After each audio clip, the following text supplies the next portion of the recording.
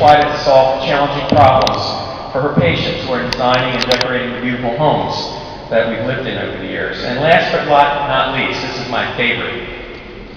She is a fierce advocate and warrior for people that she believes in. She was certainly a warrior for me when I needed one the most. And that experience is what inspired her to be a warrior for the innocence movement more broadly. You might ask, why did I need a warrior? Well, about 10 years ago, our lives were turned completely upside down when I became the target of a government and regulatory witch hunt. For almost 25 years before that, I had enjoyed a decent career as an investment banker with firms like Morgan Stanley and Credit Suisse, and was lucky enough to be one of the first bankers to specialize in advising and raising growth capital for technology companies. Some of my clients had included Apple, AOL, Cisco, Oracle, Netscape, and Amazon.com. When I joined Credit Suisse to head its technology practice, we built the leading practice in taking internet companies public in 1999 and 2000 when investors developed an insatiable appetite for initial public offerings, or IPOs, most of which soared in value after the companies went public, making a lot of money for the investors. But when the boom ended, technology stocks crashed, and investors who bought in at the peak lost a lot of money. So, plaintiffs' attorneys, regulators, and the Department of Justice were bloodthirsty for someone to blame, and for some reason I became the target of several investigations. But since the government couldn't find any wrongdoing in the substance of our business practice, they instead twisted an innocuous 22-word email reply that I had sent to my team 2 years earlier about a document retention policy. And they twisted it into a trumped-up obstruction of justice charge that threatened my freedom and our family's well-being. Meanwhile, my industry's regulators tried to bar me from my profession when I asked, on counsel's advice, to delay further regulatory testimony while I was under criminal investigation. I was also named in more than a dozen civil suits, and one particularly grotesque process server goon chased me and my daughter in a pickup truck and slammed a lawsuit onto my windshield to serve me. In short, our lives were transported to some combination of Alice in Wonderland meets Kafka's The Roach. Now, all of this couldn't have come at a worse time for our family. Our daughter was in the 8th grade and was about to have her high school years ruined by this. I was suffering from a very strange form of pneumonia that was severe and persistent. And Denise at the time had been chronically ill for about 10 years. She was my former superwoman who had routinely pulled all-nighters, skied Lake Tahoe, hiked the Rootburn Track in New Zealand, and climbed Yosemite's Half Dome. But now she was so physically debilitated by severe pain and fatigue that she had difficulty walking across our lawn or dressing herself. I had become our daughter's primary caregiver, more often than not when Denise's pain sidelined her. And now the government wanted to put me in prison and take me away from my family. I got to tell you, I was a deer in the headlights. I just couldn't believe that this was happening. One minute I was a highly regarded businessman and a pillar of the community, serving on a lot of nonprofit boards. And the next minute I was an accused felon who had apparently, in his spare time, concocted a criminal scheme, according to the government, to block an investigation. I knew I was innocent, and I had no idea what had just happened to me. Now, fortunately, I hired a lawyer that leading criminal defense attorneys would choose to represent them if they ever got their ass in a sling. His name is John Kecker. Now, when he looked at this case, he described it as the easiest acquittal he had seen in 20 years. But Denise was paranoid. Her intuition told her that there were larger forces at work, and that the facts and the law really didn't matter. The government had targeted me, and she feared the worst. And she was right. And then, my warrior swung into action. She wasn't an expert in the law, but she was now determined to become one. She started reading the Constitution and the Bill of Rights, and raising questions about how my industry regulator could pretend at the same time to be a government entity to claim immunity from lawsuit, but also argued that it was a private organization when it tried to deny my Fifth Amendment rights. In fact, she had so many questions and ideas for our lawyers that we needed to dedicate a separate lawyer just to collect and filter them. I remember getting one email one day from this patient soul, this dedicated lawyer, and the email was titled, "Email number 192 from Denise, today." The government dragged me to New York for 2 federal trials, one in 2003 and one in 2004, each 3 weeks long. The first one ended in a hung jury, despite the fact that there was absolutely no evidence of any bad intent or motivation on my part. We were all blown away, those of you out there who actually attended my trial. Anyone who spent more than 15 minutes in the courtroom couldn't believe how biased the judge was and thought it was a kangaroo court in a third world country. The judge granted 0 defense objections and 100% of the prosecution objections. He allowed irrelevant but highly prejudicial evidence against me into the trial, but excluded exculpatory evidence that could have proven my innocence. He would urge the prosecutors to object if they weren't doing so quickly enough. And one time, when they refused his suggestion to object, he simply said, "Sustain." When John Kecker protested that he didn't hear an objection, the judge said, "The court sustains its own objection." When I told the judge I couldn't answer a prosecutor's question with a yes or no answer and had to explain further, he threatened to hold me in contempt. During the government's case, he listened carefully and cupped his hand to his ear and smiled.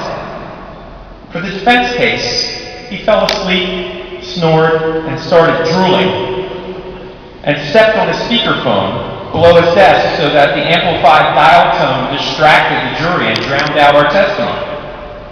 Finally, he instructed the jury that it must find me guilty even if I didn't know that by sending that 22-word email, it could block an investigation.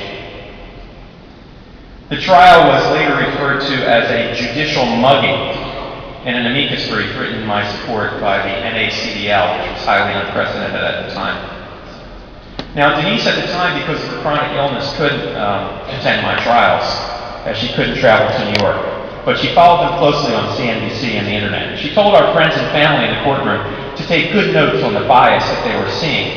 And she herself hatched some counterterrorism efforts to try to keep the courtroom quiet during the defense case.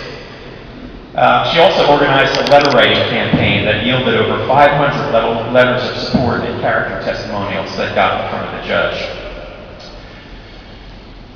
More importantly, she came to the realization that if things went badly at trial, that she'd need to step up big time, despite her chronic illness, and not only care for our daughter alone, but possibly face the ordeal of traveling for hours to visit me in horrible places if I needed to serve time.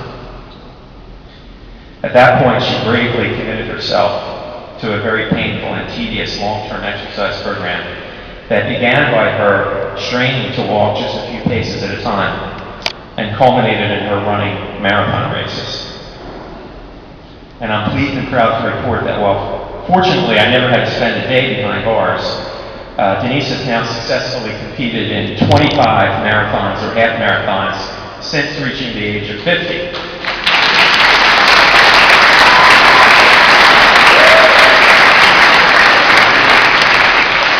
And she's largely overcome her health challenges. So at least in one way, my ordeal was a blessing in that it provided the necessary motivation for Denise to take superhuman measures to regain her health.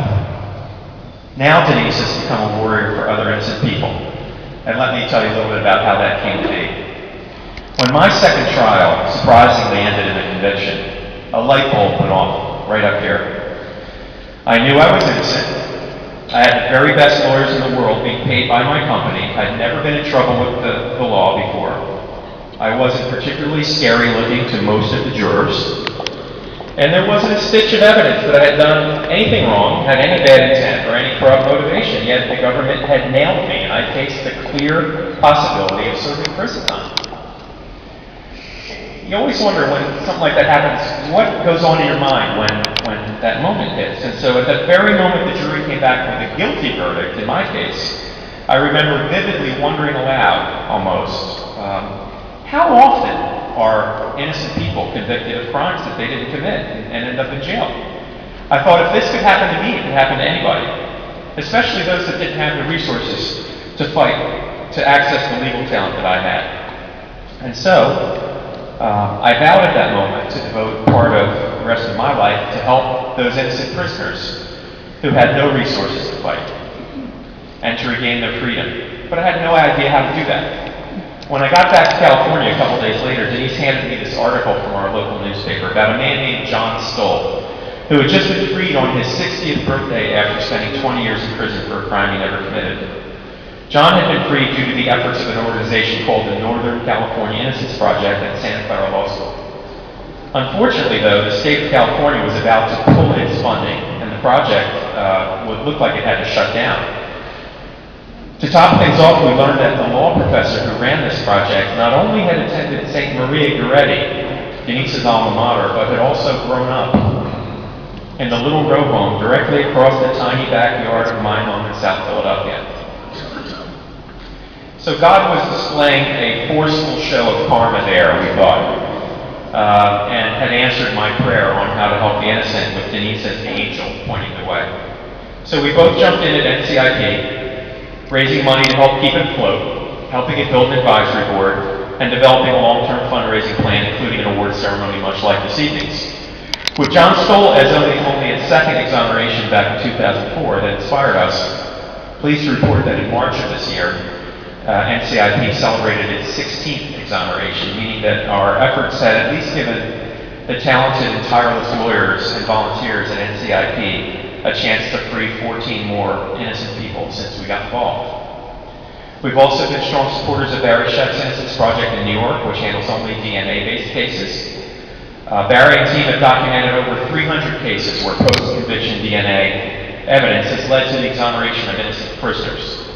There are many great organizations dedicated to this cause as well, such as Stephen Bright's Southern Center for Human Rights and Jim McCloskey's Centurion Ministries. And Sam pointed out, Denise is one of her favorite projects right now, the National Registry of Exonerations has documented now over 1,100 post-conviction exonerations. And I think that that's really only scratching the surface of what's out there. I used to have these wonderful conversations with Denise at night, but now I've lost her to the web and to her exoneration research. So, Sam, she's all yours now. Take good care of her. And of course, she's had a very strong interest in helping the Pennsylvania Innocence Project try to reach escape velocity. Now, I must tell you, and you experienced this, I think, hearing some of these stories, but the lawyers who do the work of freeing the innocent prisoners are really God's angels. It's incredibly difficult and time-consuming to prove after the fact people's innocence, to show that they got an unfair trial, and then to convince the government to actually free them in a timely manner. So, while it's all well and good to do the backbreaking, mind-numbing work of freeing innocent prisoners one by one, it's at least as important to use these case studies to understand what causes this injustice to happen systemically, and to figure out what we can all do together to make some changes to the system that reduce the wrongful convictions of the innocent at the front end of the process, where it's easier to right the wrongs.